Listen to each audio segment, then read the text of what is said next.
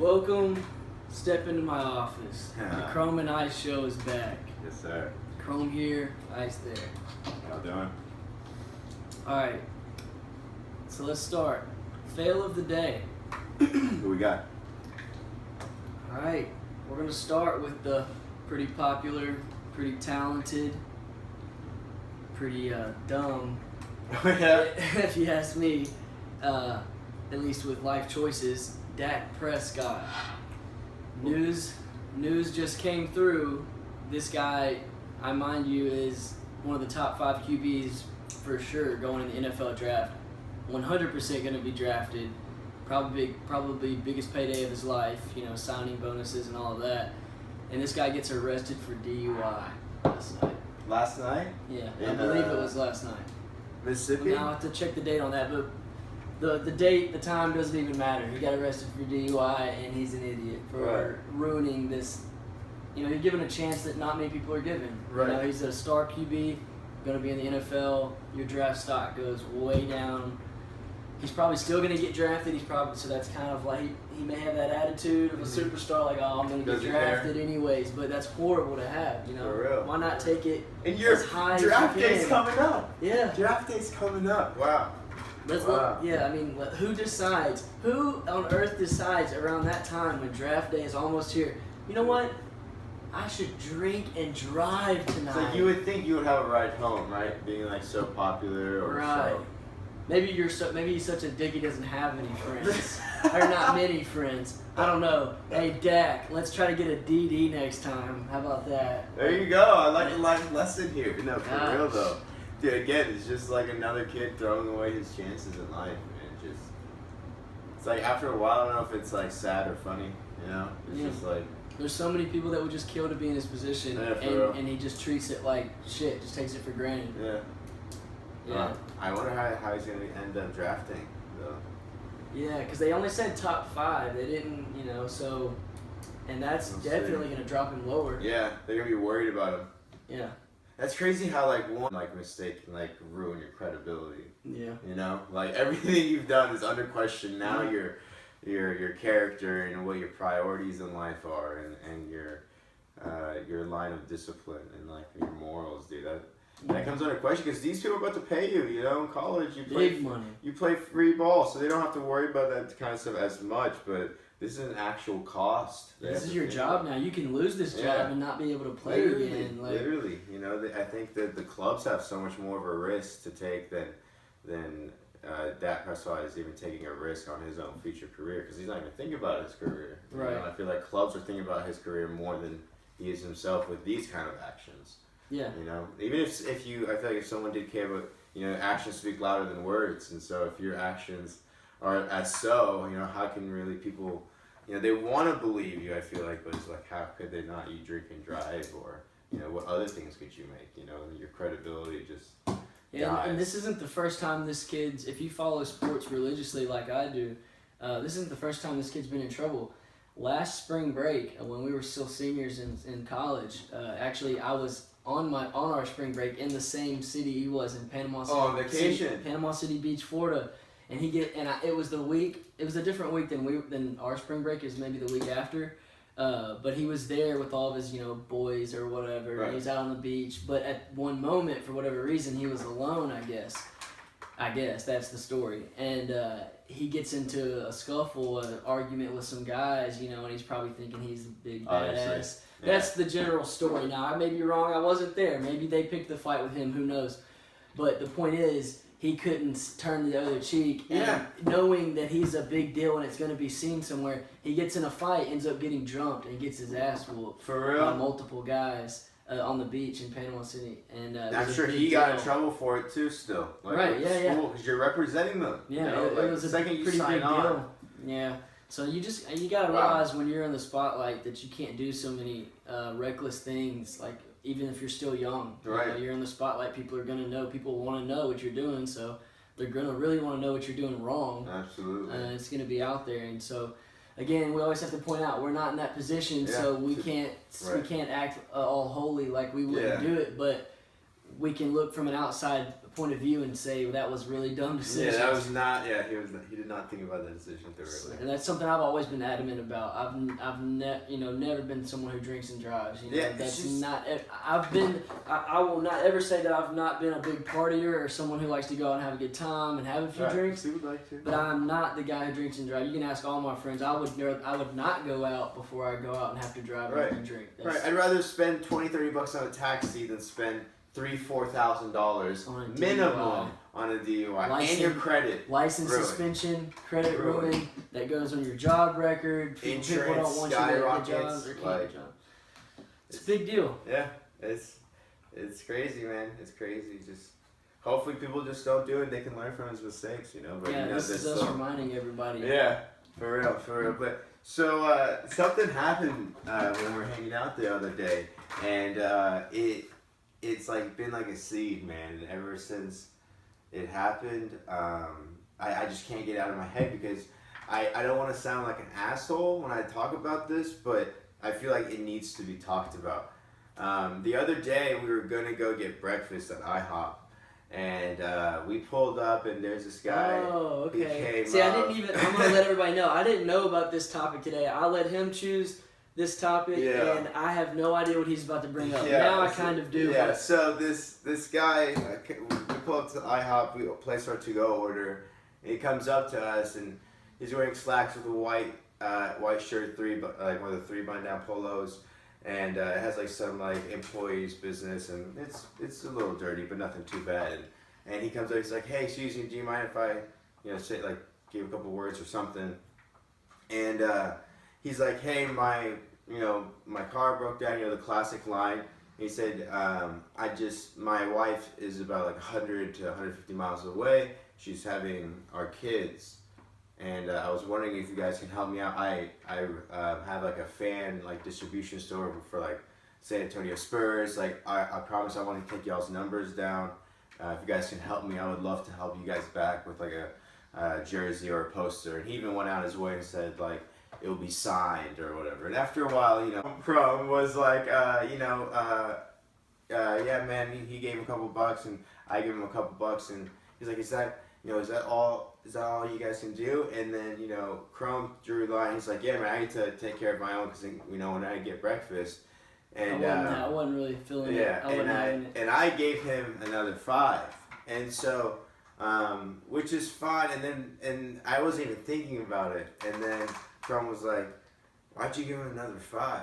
And it wasn't like out of the sense of like, why are you being so generous? But like it got to a point of he's like, this guy is like playing you, and so what I want to talk about today is because I as a sociology major, we had to study the homeless a lot, but I feel like there's a difference between the homeless and the people that are addicted and become homeless. Con men. Yeah, and I'm not saying like they're out there stealing people's money. I'm saying like they got themselves in a situation, but I want to know your take. Like, what's your take on someone that's homeless? Like, for example, when I see someone that's homeless, I think about these things.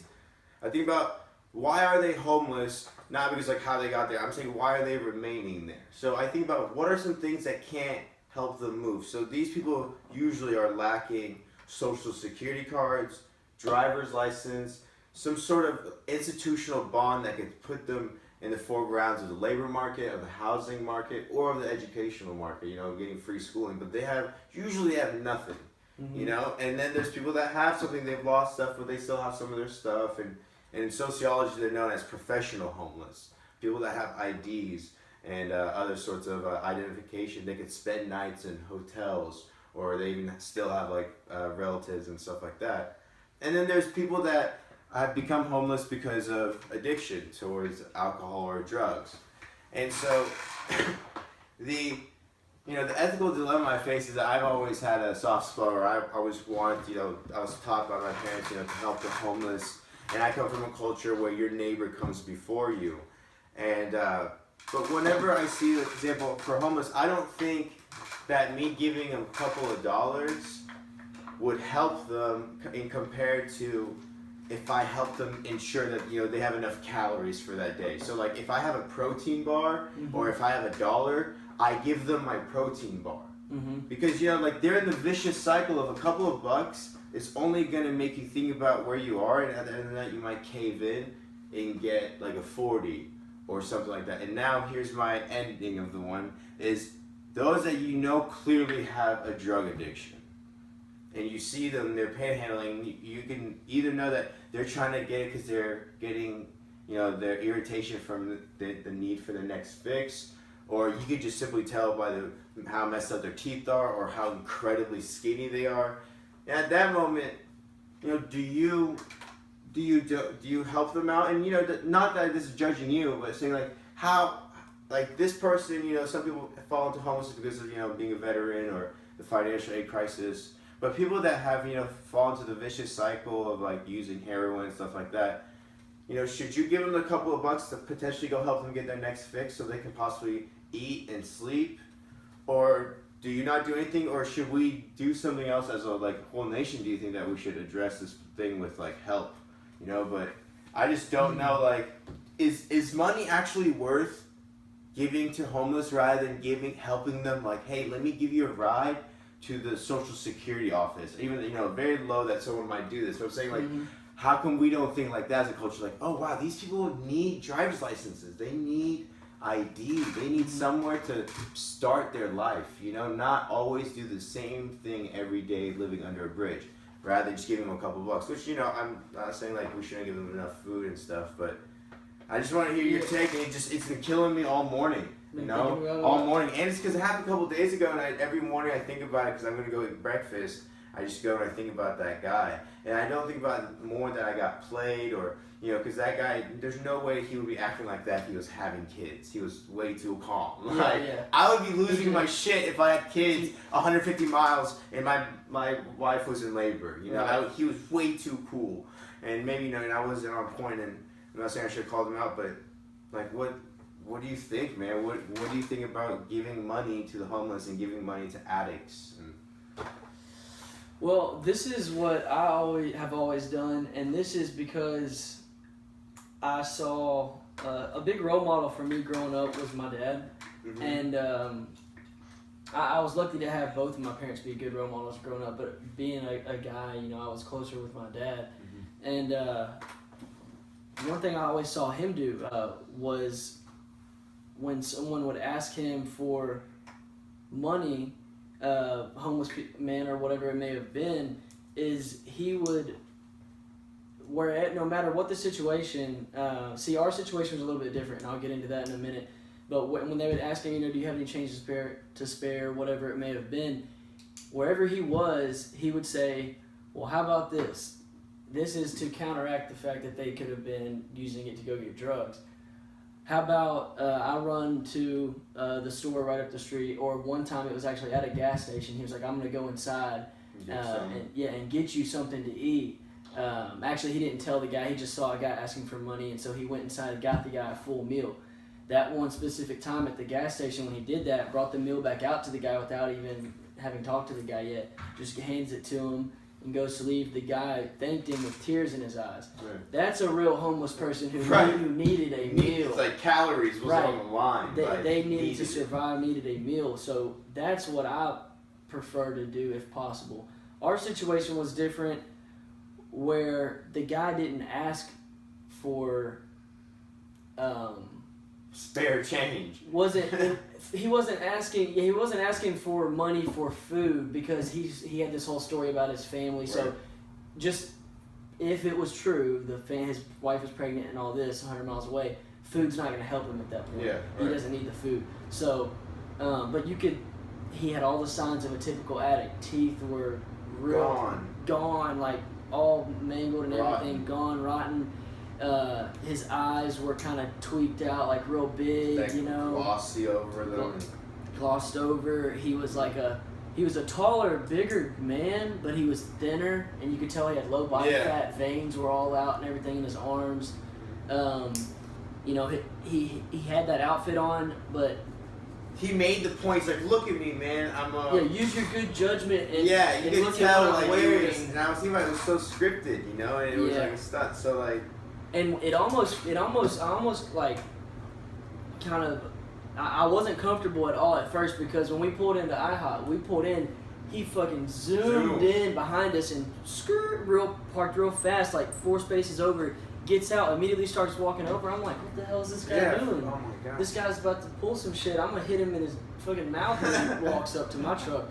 But he comes up, and was polite at first and everything, so we got into the conversation with him, and so we both ended up giving him money, and like he said before, he gave him some more after the guy asked for more, but I more or less, I didn't want to, but when you went ahead and started to get out your wallet to give him money, I was like, okay, well, I'll give him some too to get this guy to go away, because I kind of knew what his scheme was. I wasn't going to give him any. I was going to be like, man, I'm sorry I can't help you, but I did it. I started feeling more bad about it because you gave me money. But I drew the line where he asked for more money, and so that's just that situation. As far as like what the country should do, man, there is almost every city does have public transportation. So getting around, even though it may be super difficult in certain instances, it's available most places for people, even if they're homeless. There's a lot of free public transportation, in a lot of places, buses and whatnot. But as far as what all they need to actually get job interviews, like say like a ID or a social security card, I think that what holds them back in those situations is those things cost money. And when you're homeless and you don't have a way of getting money, that prevents processing fees or application fees. Right, that presents a problem for you. Right. You don't have a mailing address necessarily, probably to get permanent PO box. Right. Which costs money. So in case you have to get something in the mail or whatever it may be, so that costing money is a big problem for them. So, but the problem is, or another thing is it's hard to say not being in that situation. They could, if they really needed to, get themselves out. If they really, really had the heart to do it.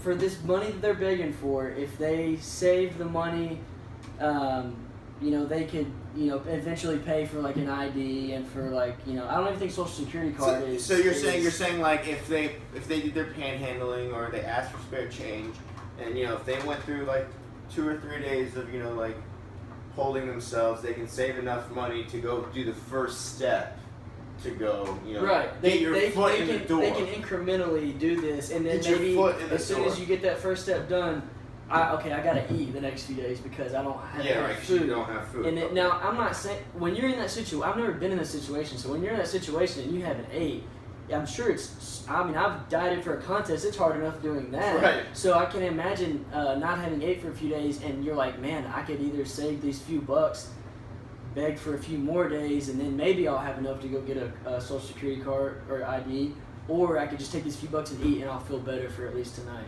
Right. So I'm sure it's way harder than I'm explaining because I'm, it's like from the top down. Right. But I'm just giving. Because that is a possibility. Yeah, like the pursuit of happiness type situations. Yeah, like absolutely. You gotta have heart to do that. And another thing that I don't think it's by any means all, or maybe not even a high percentage, I don't know, of homeless people. But I do think, from personally seeing it on my own, even some people I know, a lot of homeless people made some horrible choices, not once, not twice, over and over and over again to get to a point. Right. And if someone's genuinely trying and I see that, I have no problem with helping them. But for someone that it's hard to really put my time into someone to try to help them out, because I've been burned so many times. I come from a city like Memphis, where it's run down in some areas. I've had friends I went to school with that kind of grew up in situations like that, where it was more of a rough situation, and that's all they knew was kind of like a steal and beg and ask for free stuff all the time kind of mentality. And you cannot keep yourself around people like that. That's going to drag you down. And I'm going to tell you something. At the end of the day, I'm out here for my family and myself. If I can help you and I see that you're trying, I would love to. But if I feel like you might play me, or if I've It's seen you do genuine. this over and over, I'm not taking the chance of putting a burden on myself Right. and whoever I need to take care of to take care of you, because I don't have sympathy for people who've consistently made bad choices, because all it is a choice. No matter Right. how hard the choice may be, it's a choice, and you made that choice. So what if? You know what I mean? So I'm not. That's not everybody. Yeah, and I'm not saying this should be a utopia, but like, what if people, that fall in that vicious cycle of like making poor choices, Mhm. whether it be with gambling or drinking or drug abuse or whatever, or maybe it's that population that became in the homeless population for unnecessary reasons, like veterans, and they come back, they should not fall back Oh, into yeah. That's a horrible thing. Yeah, that's a whole nother conversation. What I'm trying to say is, do you think that there should be much more support financially from, like, I guess federal or state or local, whatever? And I don't want to get to the politics of it, but for us to have a rehab framework instead of a elimination of poverty framework. And what I mean by that is, so like there was the war on drugs, there's also the war on poverty in the Reagan era. So they try to make sure that everyone's above the poverty line, and that's like how much you make in income. And then there's critics now say that like actually in that time they actually made homelessness be a crime, because actually what they try to do is just remove the homeless from those desirable areas. Yeah. So what I'm trying to ask is, do you think if we invested money and sponsors into having a framework where it helps rehab decision making, and in terms of maybe it's a drug rehab, or maybe it's a gambler's rehab, or simply a rehab for getting yourself out of that cycle of being homeless every day? So whenever someone, you said, remember, like, I could sacrifice and go get, save a couple of days and go apply for a social security card application, and then, try to beg for more and go eat. Some people, because they're so caught up, I feel like every day in that subjectively, can't think about those kind of things, like opportunities of, where do I go? How do I get there? What all do I need? What if I get there and pay for the application? And this is just for them to think that they need to go get a social security card to increase their social status or income level. Most people don't even think like that. They just think they need a quick gig or a job that pays cash. But I'm saying, what if we had a framework that spread awareness and knowledge, and it was like centers for not just like the homeless centers that we have here that like feed you and give you a place to stay at night, but I'm saying places that are funded to bring you in, start teaching you, like making you help become more literate, giving you applications to this stuff, like support centers. And I know there's places that like job task forces, but we don't have a pure framework that's focused on bringing the homeless out of the poverty. I feel like we've more are on a basis of making sure that wherever the nice neighborhoods are, to make sure that there's no homeless people there. Yeah. And it's sad. So whenever I see homeless people with the addict homeless population, and then I get mixed feelings, and that's where the whole original reason why I'm having this conversation comes from, because the people that are, no one is like the undeserving, and I don't believe someone is the deserving poor, or vice versa. Whatever happens now, the outcomes, bad choices. But I want to help those people that first in priority that didn't make those mistakes themselves, that they got down there in that situation. But I don't want, because of the mix up for me. I'm not saying I want to discriminate and not help addicts, but I think there needs to be a whole other system for like addicts and people. And I'd rather give $1 to someone that's not an addict, that's just a homeless person, rather than me giving $1 to an addict and like not giving them like a protein shake or a protein bar or what have you, Yeah, if I had, from my opinion on, say, the what should our government do about it kind of thing, to me it needs to be, and this kind of relates to, the, what do you want to call it, the whole deal with people getting like help from the government as far as like the welfare state, welfare and food stamps, that type of thing. It needs to be. The problem with it now, to me, is it needs to, and I don't know a whole lot of details about it, so if I'm speaking out of turn here, I got you. correct me, but it needs to be more of an incentive-based system to where, because if you give these people, say someone qualifies to get food stamps and they get some help from the government, right? They say we'll just take food stamps, okay? They get these food stamps and they're allowed to provide for their family or themselves, whoever's and what they live with, with food. So they able to go get food with this. Well, the problem with that is that a lot of people, not all, but I would guess a majority, lazy. People growing and getting better at things is not brought on by giving them free stuff. That's not. It's not brought on by that. Okay. It's brought on by different tasks and seeing themselves grow in different ways. So maybe, you qualify for this. Immediately get them help with the food stamps. Okay. When continue to show us that you're putting applications yes, and another thing that goes along with that is applications having a decent, especially for homeless people, a decently high price for applications is kind of stupid to me. Right. And yes, you would get way more applications and therefore waste paper, all that BS, because you're gonna have people that don't even need to be applying, that are just applying. But still, I think the other side outweighs that. It should not cost so much to just give an application for a job. Right. If you're flipping through applications and you don't want to see a bunch of BS ones, well, hey, throw it in the trash. Too bad. You know, that's a lot worse a less of a problem than people that need to get jobs and get off the streets. Right. I feel you on that.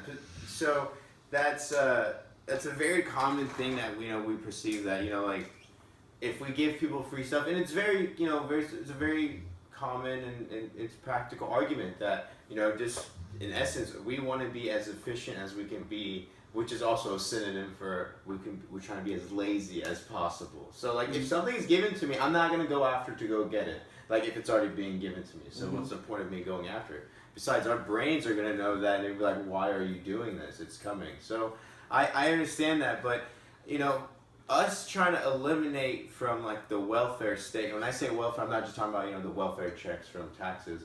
I'm saying welfare of our roads, the welfare state, social democratic funding of our prisons or our roads or our healthcare or anything like that. The welfare state where the government's involved. I feel like we need to have another perspective on how we look at such things as the welfare state as the U.S. So when someone does let's do the unemployment scenario. So people get unemployment checks or food stamps based on their income, or if they had a job for more than 6 months in some states and they were let go, and they get paid I think half or 3/4 of that paycheck bi-weekly while they go fill out the applications of saying they've been somewhere. Now, any applicants can bullshit their way and just say, yeah, I've been to this place, because you have to just write what leads have you made, and then you go to a representative officer at the place, and they look at, and they go through hundreds of them. So literally, so you can almost forge it. So they're probably just rubber stamping. Yeah. So this amount of people has began to criticize of these people are just taking free stuff because they know the system, they want to work the system. Okay, well I promise, and I don't know the numbers, that number of people that do that is nowhere close to the number of people that need that welfare income, okay, or those the support checks or the food stamps.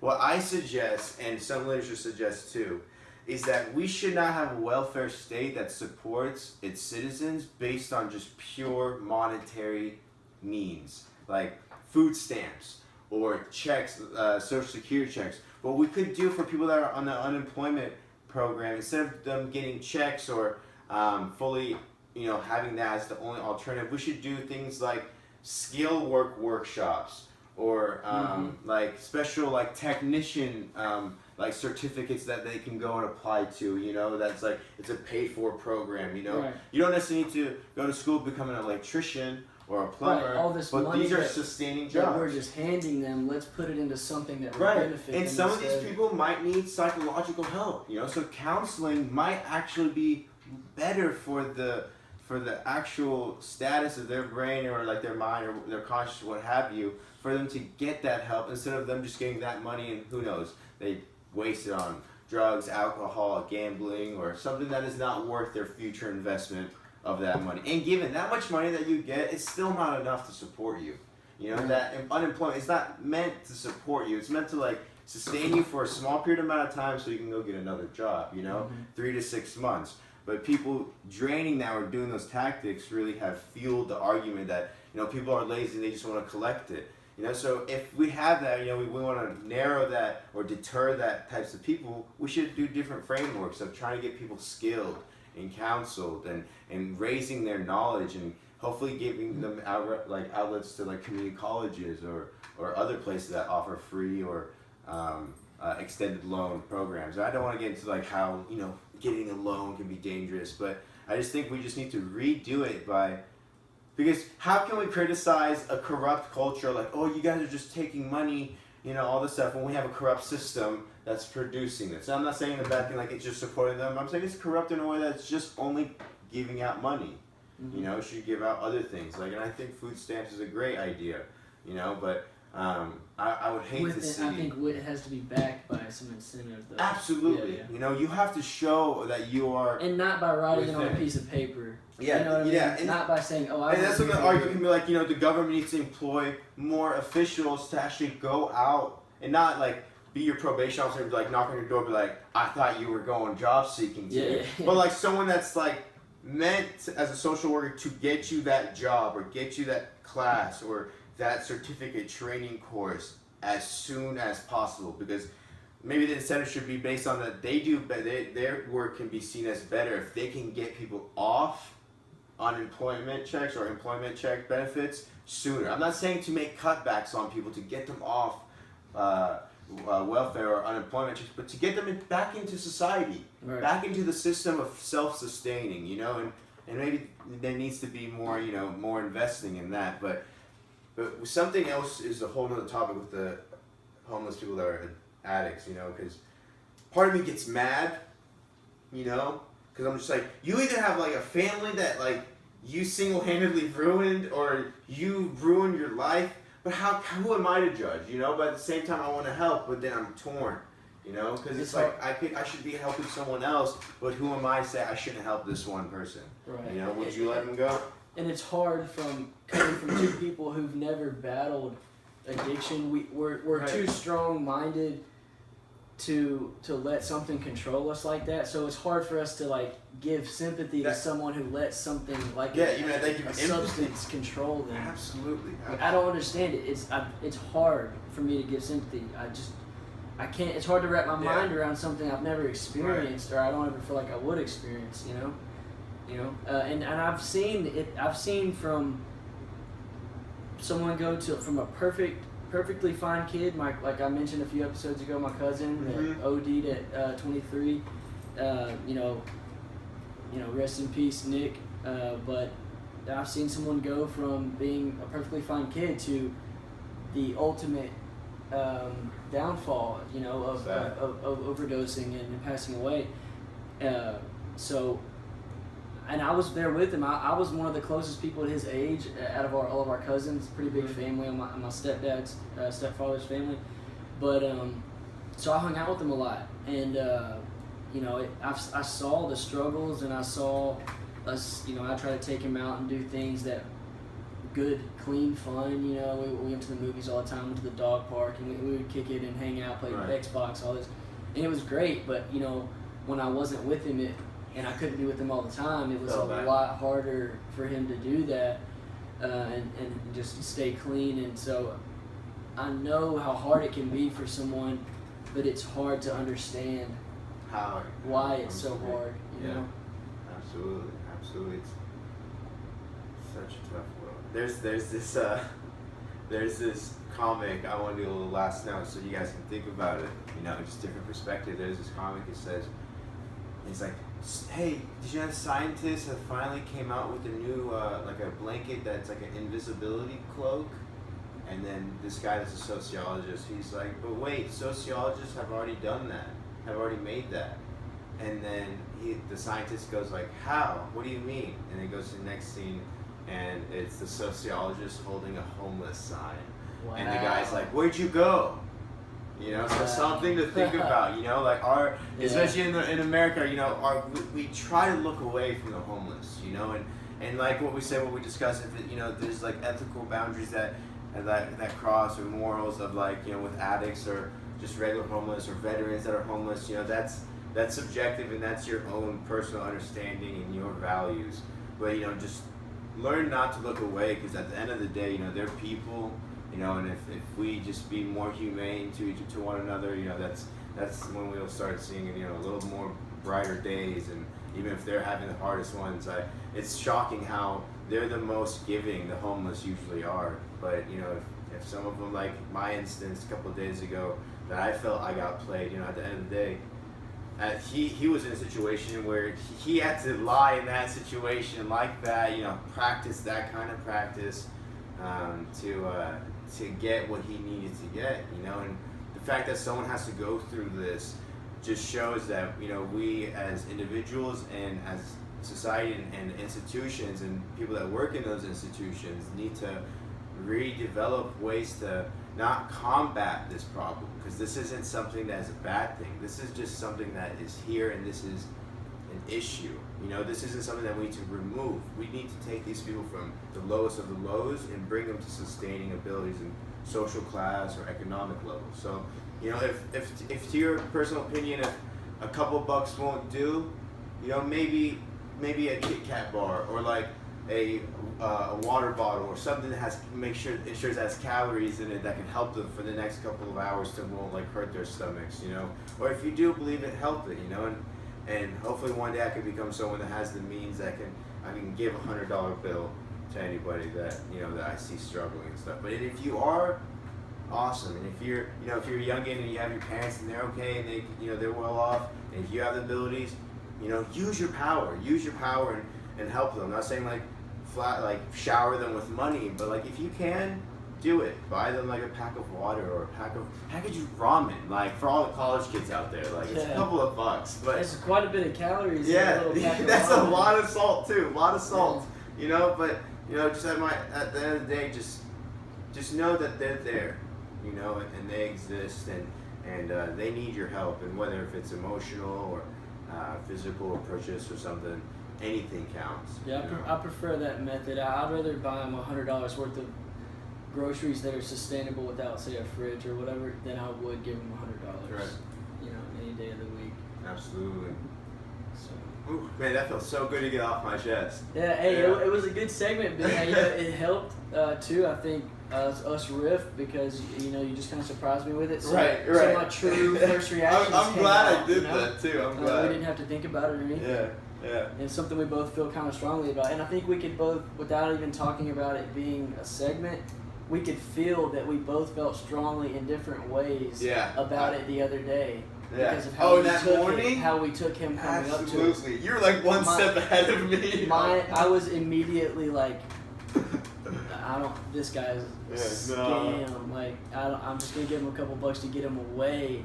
And yours took more of a thought process. You were thinking more about a bunch of different variables, and I was like more. You already know. I see right through the get-go. I had more of an aggressive attitude towards it, like, you know. Oh. Yeah. That was kind of testing my trust. Yeah. That like a guy just coming up that close to your car. That quickly. Not only did he come up and like try to talk from a distance, like a lot of homeless people, they'll try to not scare you. You know, he leaned on like my truck window. I was like, ooh, I'm about to this guy, like, I was just, you know, I didn't know what he was going to do. So, well, that was a pretty good talk. Yeah, I like that. I like that. Thank you. Maybe we'll start that more where we don't tell the other one as much. All right, so move on to my personal favorite segment of the day. Let's go with the dime of the day. Okay, cool. Dime of the day. Who went first last time? I went first last time because I'm throwing it out there. talked about Tiana. All right, so This one's probably gonna surprise you a little bit Okay. because this family I would normally not talk about in such a positive light. Okay. Do you know who? Yeah, when you say the family, I think about like America's stupidest family, the Okay. Kardashians. The Kardashians? Yeah, is that who it is? Yeah, she's not a Kardashian, but she's a Jenner.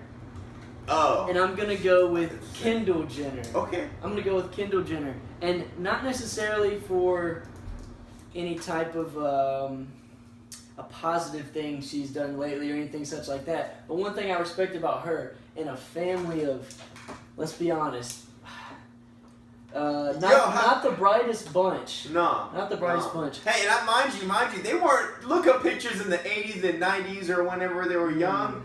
They are not what they are today. They are not. Look that up if you don't know. But that part of the reason for choosing Kendall Jenner is one thing that I am adamant about is I am not a fan of a lot of facial plastic surgery, given that you don't have something that you're super insecure about, and I don't mean, a slight change here and there. Someone who's born with a deformity or cleft lip or whatever it may be. Accident, absolutely. Or the big fake asses. I'm not a fan of that either. That's on the rise. It is. And honestly, I know this may sound a little hypocritical. I don't see anything wrong with fake breasts, but that's a little bit more accepted throughout the years. And that's the number one. That's the number one procedure. Yeah, it's been done for years, so it's more safe and also that's the norm. People are okay with that. It's just been it's the norm here. Like 5 years, will butt implants people accept be norm? it. I don't know because it's on the rise. Because so many years of my life early on, where you really develop, what your morals are, you're okay and not okay with. Like what? Yeah. Have already been in that era where that was not. So do you think? Yeah. So breast implants were developed in that era of being okay. Right. So me growing up, it was already something common. Right. So it may or may not change, but. I'm not a fan at the moment. Because the thing is, the difference in breast and ass when you get implants. Or any other implant, honestly. But ass and leg, like thigh implants especially, you can do that on your own. You can work out. Literally, like you can grow you that. You can grow those muscles. This is fat. Yeah, you don't have that much power. Grow your breast a crazy amount. You can here and there with supplements and whatnot, a little bit, I think. Of course, I'm not an expert on that topic, but with fitness, I am. I wouldn't say an expert, but I know a lot about it. I know enough to know you can give yourself legs and an ass. Yeah, and not everyone can grow as big of an ass or as big of legs, but you can make it a crazy difference. Proportion. A crazy difference. By just doing it on your own. So to me, it shows someone who's a little bit lazy when they just want to buy it instead of working for it. For sure. And it's just not as attractive to me. And so I don't want to get too far off the point. The main point is one thing I do respect from not even knowing her is that Kendall Jenner is not someone who went out there and had a lot of plastic surgery on her face and stuff. Or I don't know of any that she's having. I tried to look up a few things. I didn't see anything about her having any facial surgery she either. Looks pretty good in the face. And she's just she's a thinner girl. She's not huge boobs, huge ass, but hey, she still looks good, and to me, she looks a lot better than the other ones because she's real. Yeah, she's you can tell she's not in the knife. I'm not grabbing silicone and plastic all over her. It's a human body. Right. And so I respect her for that, even if I don't know anything else about her. I just want to point that out. That's a big deal to me. Like that she's okay with not going under the knife. Right, she's not. I mean, it would be so easy to imagine for her, and she's in the spotlight. And she has the means. Her family, she has all the money. Her family, it'd be normal for them to. Yeah, it may be more the norm than not to. Right. Yeah, it would be the norm. So I mean, that's something I respect, and so I wanted to throw that out there. Yeah, for sure. And I just a quick touch on it. I really think, like I said, if you need to have that surgery, if it's a psychological thing or, that's just messing with you and it can't help you go to bed, depression. all sorts of stuff. I feel like the type of sexual environment that we live in the 21st century and how it's absolutely just shot up in terms of how public it is. I'm not saying it's a good or bad thing, but I think it's put a huge pressure on women to have breasts. To have, and now like the hype, people say, oh, is it because they want to please the guys, I'd say no. It's more first for themselves, And other women, yeah, comparing to other women. Yeah, for think about when we were guys, when we were hitting puberty, we wouldn't make fun of the guys that their voice would crack, Yeah. But if you think about it, we made fun of guys that their voice would crack later in puberty. So if you were one of the first ones in, let's say, because everyone did. Everyone's did. Yeah, everyone's but for cracked. men, it shows that if you're on the first stage of, like, I guess, puberty and you get it first half, you go through less, I guess, ridicule. Ridicule and outcasting because you're a boy and you're supposed to grow up quicker and become a man. Boys that have hit puberty, like voice changes at the later ends of the puberty timeline, they feel like more outcasted. The exact opposite is for women. So at first, when women go through puberty, start having their periods and start developing breasts, at first, they're shunned. They're shunned and they're outcasted and all this stuff. And then it goes that you should have it later on. But then if you look at it, after that puberty scale, we now live in an era of that age period where now it's back to you being praised that you have breasts. Right. And I feel like that's because of the society, of how much influence that we've made women to have this. And now I believe absolutely that at first it's a psychological thing, of women always want, because women look at models, their exposure to what their idols are and what they believe their idols are and what they stand for. On the other side, it's like, someone can say that's what guys like, but I will defend to like the day I die that it's not for men initially. I feel like they do it for themselves, and then one of the bonuses like guys talk to me or whatever the bullshit reason is, but I feel like that guys are partly responsible for being such assholes in like pushing, because I love legs and I love ass, but I will never say go get implants for them, I'll say like what you preach. Go do squats. Right. Go do leg press. Get your fitness together. But I think it's really important for us to know that about like with the whole surgeries and why women get it. It's for themselves. Yeah, I want to make 2 points here, and I was just writing it down so I don't forget. But what's funny about that too that you brought up is how for it happening earlier with women, they're more shunned. Yeah. And maybe outcast, like, okay, they're different because of that. They're starting to men up. Right, starting to grow up, whatever. And then guys, you're more of an outcast if it happens later. For you. Right. And what's kind of funny in that to me too is it's the exact opposite when you look at whose brain actually develops first. Is that women are actually, they develop faster, right? Right, Correct? yeah, like their problem-solving skills, frontal lobes, stuff right, like it develops faster than men, but yet when they hit it sooner, it causes more problems for them. Yeah. And men, when they hit it later, it causes more problems. Yeah, they're like the but yet men do develop later. Right. And women do hit puberty earlier. Right. So that makes it even more of a big difference, I feel like. It's so important to realize that. Just like what you said. That there's such a distance between the two. Right.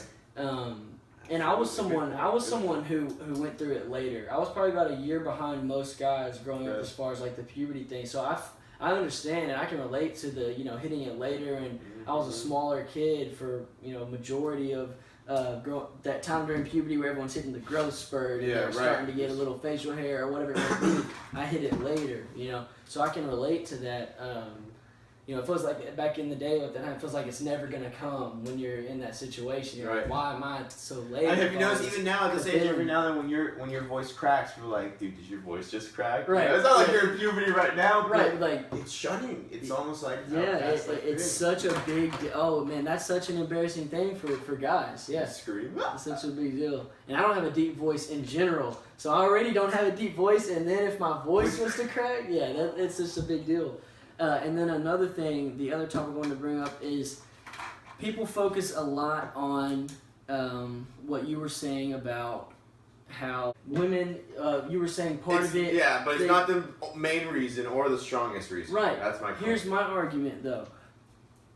Even if it is, let's not try to ignore the fact here that everyone on earth, I'm speaking because I'm a heterosexual male on the heterosexual situation, okay? I'm not even going to comment on a situation that I'm not a part of because I don't want to overstep my boundaries. Right. Speaking in the heterosexual situation in that part of society, at the end of the day, as far as physically, you know, you want to be healthy, and or as far as like that, you want to do things for yourself in that sense. Okay.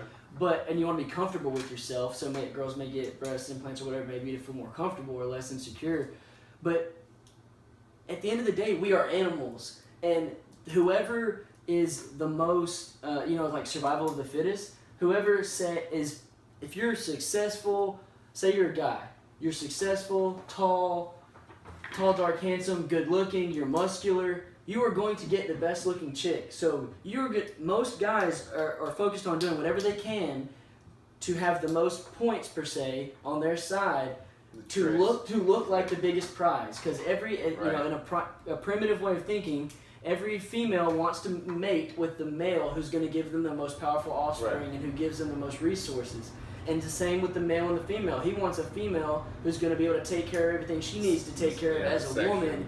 Sexual needs, because guys think of sexual needs most of the time more than women do. We're driven by that, being filled with testosterone. So at the end of the day, impressing a man, that's part of your being. You need to find a mate, just like any other animal.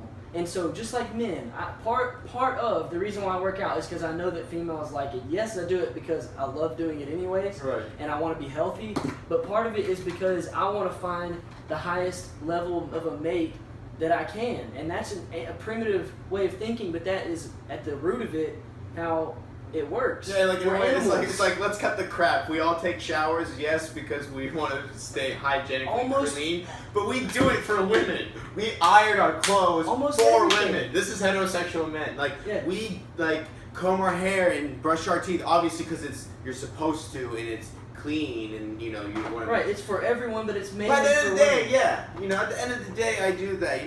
Guys, we go extra steps, to make sure that those attributes are, some guy might not put lotion on every day, make sure his hands are soft, but whenever we go on a date or something, I'll make sure that, that my hands are soft and there's nothing gray or, whatever for whoever may be, but absolutely, I can't deny that, instead of the psychology, hey, this is a social script, That's the way that it works. This is how it works for this culture and this value, so why ignore that? Why even if a woman does get breast implants because she wants to look better and attract a higher level mate, a higher caliber mate, so what? If she wants to do that, more power to her.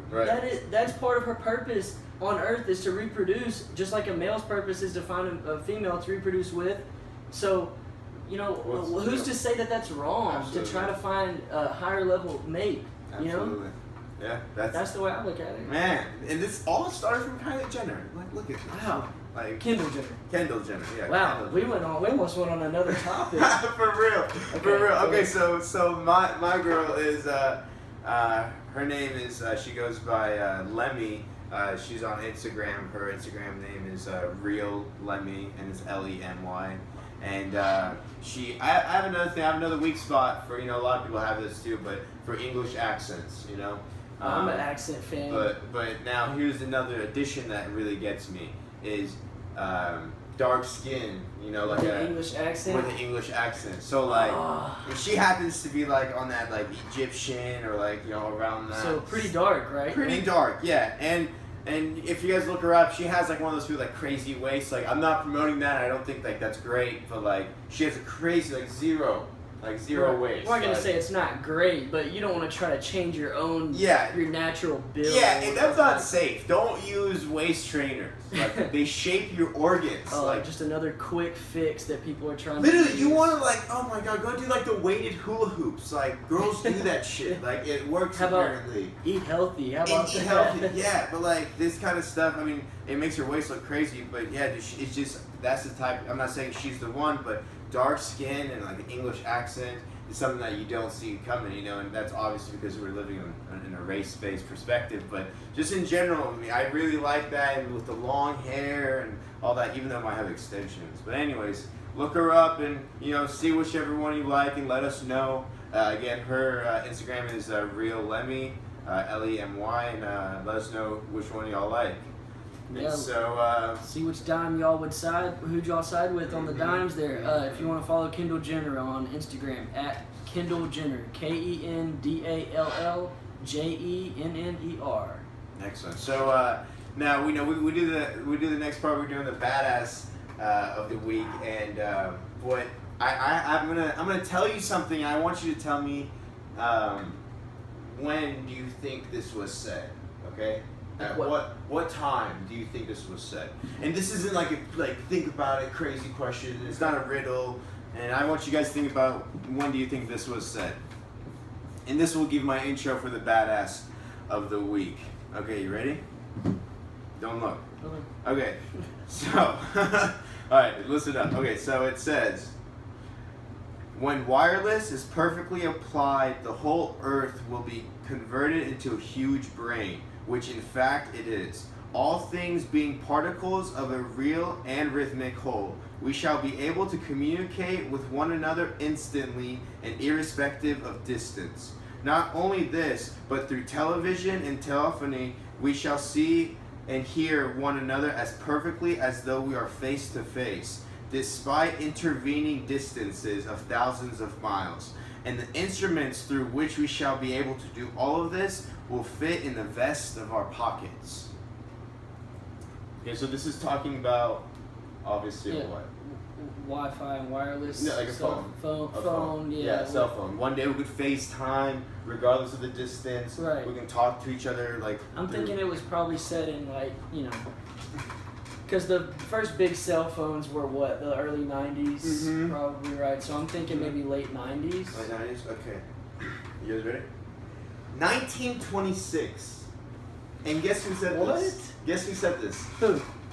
This is, if you guys know who Kanye West and Kim Kardashian is, but not who I'm about to say, I don't want to be rude, but you're what's wrong with this world. Like, you are what's wrong. And now, this is who the person is. His name is Nikola Tesla. Okay? He's one of the greatest inventors, geniuses. I am what's wrong with the day. I'm sorry. No, but go ahead. Now I know. Hey. No, that's like, this is a badass, dude. This is my badass of the year of forever. That's some serious shit. So check this out, man. This guy was an inventor. I don't want to get too deep into him, but the best way I could describe him, one time at a convention, interviewers came up to Albert Einstein and they said, "What is it like to be the smartest man in the world?" And Albert Einstein said, "I don't know. You have to go ask Tesla about that." Wow. So I want you to put a level of where Tesla was to a point even that Einstein said he's better than me. And I'm not saying it's about who's better or not, but this man was so far ahead of his time that, and I'm going to start naming a couple of things that he invented that we are still using to this day. Some stuff we have not even listened to him yet, and we could still be using it. It will help us progress in life. So this man came out with wireless technology before wired technology happened. What? Like, this man, okay, so his biggest thing was frequencies and rays, and most importantly, the magnetic field. He believed that this world, and by the time, we all know what the magnetic field is, like, there's like some sort of like gravitational like force or like pull or energy around and within the earth from its poles. But at the time, the world didn't understand. Just like how the world didn't understand that the world wasn't flat. People were like, "What are you saying? I just don't understand what you're saying." Anyways, and the majority of y'all know about Thomas Edison, and everyone in your textbook have been taught that he's the founder of the light bulb and all that stuff. That's bullshit. That's the most expensive and the most dangerous way to produce light, was the way that we use it to this day. And just now we started with fluorescence. So what he did was he thought the whole world can basically be used as energy, as a form of communication, as all sorts of stuff by harnessing and understanding that magnetic field. And he did that to produce light, and Edison was trying to criticizing him that it's dangerous and stuff, and he even did the conduction of running electricity through him. Now the experiments of where teachers can do it, that's because of him. He came out with these things trying to prove that it's not dangerous, it's very safe. And here's a couple of things I'm going to list off that he's invented. So, he's helped invent the remote control, the electric motor, huge influence in robotics. If anyone's heard of the Tesla laser, it's like the idea of like having this weapon that can destroy everything based off lasers. wireless communications and limitless free energy, again, came out before wire technology and like things like fossil fuel resources were pulled. He was a huge influence in X-rays, and of course, like I said, the light bulb and the alternating current. So, and mind you, that this man died in poverty and in debt because all the things that he did, he did not sell. Yeah, he didn't sell it. He did not believe it. And one time they asked him about like the scandal that happened between J.P. Morgan and Thomas Edison with Tesla about them, stealing files and like ruining it and trying to like make sure that their costly method of producing electricity goes out first. They said, they asked him, they said, why, how do you feel about, them taking your idea or them stealing it? And he said, I don't care that they stole my idea. I care that they didn't have one of their own. So this man, just like from his character, just shows that, it's not, he didn't even have that saltiness, but he has such an influence in our lives to this day. And just look him up more information and how he describes the world and understanding mathematics in 3 simple numbers, 3, 6, and 9. He does the frequency with lasers and free energy, and came out with wireless text messaging and communications before wired technology came. And that's, if that doesn't blow your mind, it's like it's hard to even wrap your mind around being that so far ahead of what's actually going on. And the world doesn't understand. Like most people just think, when they even think of ideas or brainstorm, even nowadays, they think about brainstorming with using technology that is available now. Yep. They don't think about, I had to make new. I can reach this level if I was to create something that's not even available at this moment, and then I could reach that level way up there. Most people are like, you can't reach that because you can't do this. He's like, well, I'm going to figure out how to do that, and then I'm going to get to the level. That's crazy. That's a true. That's a lifetime That's award a true badass. Yeah, for sure. Nikola Tesla, check him out. And also, I was wondering, I bet the Tesla, the car that came out, is probably named after him. It's electric, right? Yep. And self-driving too. Yeah, it's planned on it. It's what they're planning on doing is everyone's thinking that electric cars that you go and you plug it in, right? Right. And some place library has it, governmental buildings have it, and they try to promote it and give you front parking spots. What they're doing is they're planning on coming out with battery stations. And they've done math about how much money it's going to save from the fact that you're not going to be at the pump pumping gas because you have to get traffic, all that. What it's going to be is you're just going to go over into the station and it's going to be like a bump or whatever, like a speed bump that people usually go on or whatever, and you go on it. This thing is a sensor, will pull out your battery and put in a new battery. So and it just charges yours or something? No, then your car's automatically charged. It takes away your battery. No, but the one that it takes from you that's like about to die, it just goes and charges? Yeah, in the station. Someone else will have it. Wow. And they're the leading company in battery technology. And they're the first company to introduce Tesla batteries for homes. So instead of solar power, and instead of sending it to the net, you can harness it and put it into your battery. And let's say winter time comes, you can use your electricity from the summer to warm your house. Okay. Yeah, this is all based on batteries. The quicker we invest in batteries, the quicker we'll become sustainable. But yeah, that's my 2 cents. But yeah, that's Tesla, you a badass. That's a pretty good badass. I don't know if I can beat that one today, but hey, I came in swinging today. I'm over here trying to bob and weave like, gosh. He's inventing everything. Gosh, ice. So, all right, let's see what I can pull up over here. This guy's probably, I think he is, actually, he was crowned as the most popular worldwide movie star. Really? Yeah. So, I'm sure you all know who he is, and if you don't, you're what's wrong with pop culture today. No, I'm just... I'm about to be what's wrong with pop. No, you'll know who this guy is. for sure. For sure. You can't not know who this guy is. So, Dwayne "The Rock" Johnson, The Rock, the ultimate alpha male. Do you smell what The Rock is cooking? Yeah, the people's elbow. Oh, God. Yeah, the ultimate badass. So what he did recently was, let me just read this from the link here. While the actor may be hard at work filming scenes with Zac Efron for the upcoming Baywatch movie, the Hollywood star decided to take a break from the beach and visit a few deserving kids. There's a quote: I surprised the children at Savannah's Pediatric Specialty Ward, and look at the concentration on little Aiden's face. I've got a picture here. There's a little boy. He went to a children's hospital. with kids with cancer and different diseases and stuff like that. A specialty hospital for children. Took time out of his day for no apparent reason, not for pay or anything like that, and just went and visited these kids, hung out with them and played with them for the day. So just people that give back, that's a true badass. It's The Rock, dude. Like what kid would not have their life made by meeting The Rock? I know that's a bucket list goal for me. At him, He's like 6'5". Okay, let's just go. The guy's like 6'5", muscular as hell. He's tan, tattoos, super perfect white teeth. He's that smile. He's in every movie ever made. He's like rich as can be, and he's known to be a very nice guy. Yeah. Even having all that, and a lot of people aren't when they have all that. Or they just lose track of what's important in life, and obviously he has not. If he's doing things like that, and I've always been a fan of The Rock. I'm a big football fan. He's played at University of Miami. He's just he's a hard worker. He's someone that I use for motivation sometimes. So Dude, he's such a badass. He's like the ultimate alpha man. From the wrestler to the motivational speaker to the acting to now the pure idea of, I'm not saying like he's the symbol, but like the idea of pushing one's body to the limits.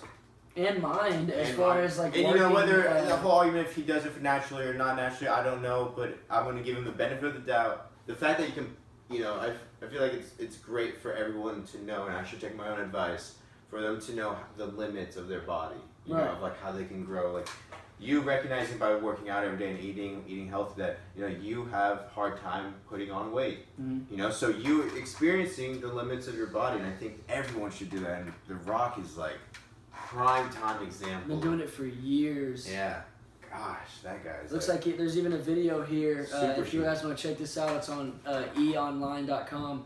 The Rock is actually flipping tires, working out with Zac Efron. I know some of you girls are gonna freak. If you're not gonna freak over The Rock, you're gonna freak over Zac Efron. So, hey, maybe I can bump Efron one day. Maybe that'll be a goal of mine to be flipping tires with The Rock. For sure. So yeah, that's a goal, bucket list thing one day. Hey, The Rock's tire is much bigger than Zac Efron's. Yeah, you notice that here? Yeah, for I noticed that. Don't try to play tricks with the camera here. They showed more of his tire. Yeah, it's for sure. The other one's bigger, for sure bigger. Yeah, way bigger. So there's my badass of the day. So I think that's gonna conclude our episode, right? I like that. The Rock and Tesla, So two very different people, but at the same time both badasses. Awesome badasses. Cool. Yeah. Cool. Couple 1-2 badasses giving some more info on some badasses. The plugs, But yeah, I hope y'all enjoyed the segment today. Just put it, comments, questions, concern, what you like, what you dislike. If you feel passionate about the homeless and just that issue, express your opinions by all means. If you have your own, stories of personal experiences or any organizations that y'all in or offer such things that we were talking about, wanting it, let us know. And let us know who are the dimes of the week and the badass of the week. And Dak Prescott, you're an idiot for getting a DUI. Yeah, let's step it up. Let's be a man and make manly decisions, Dak Prescott. Yeah. So same kind of spiel for me. Just let us know y'all's opinions. Always, drop maybe subscribe to the channel on here and hit that like button. Yes. Drop your comments. Who do you side with? You like my dime or his dime? My badass or his badass? Or who would you have chosen if you didn't choose one of those? Same thing you said. And then if you want to follow The Rock on Instagram, it's just @TheRock. So @TheRock. Easy. So yeah, I think that's it for us today. Yeah. Chrome and Ice Show out. See ya.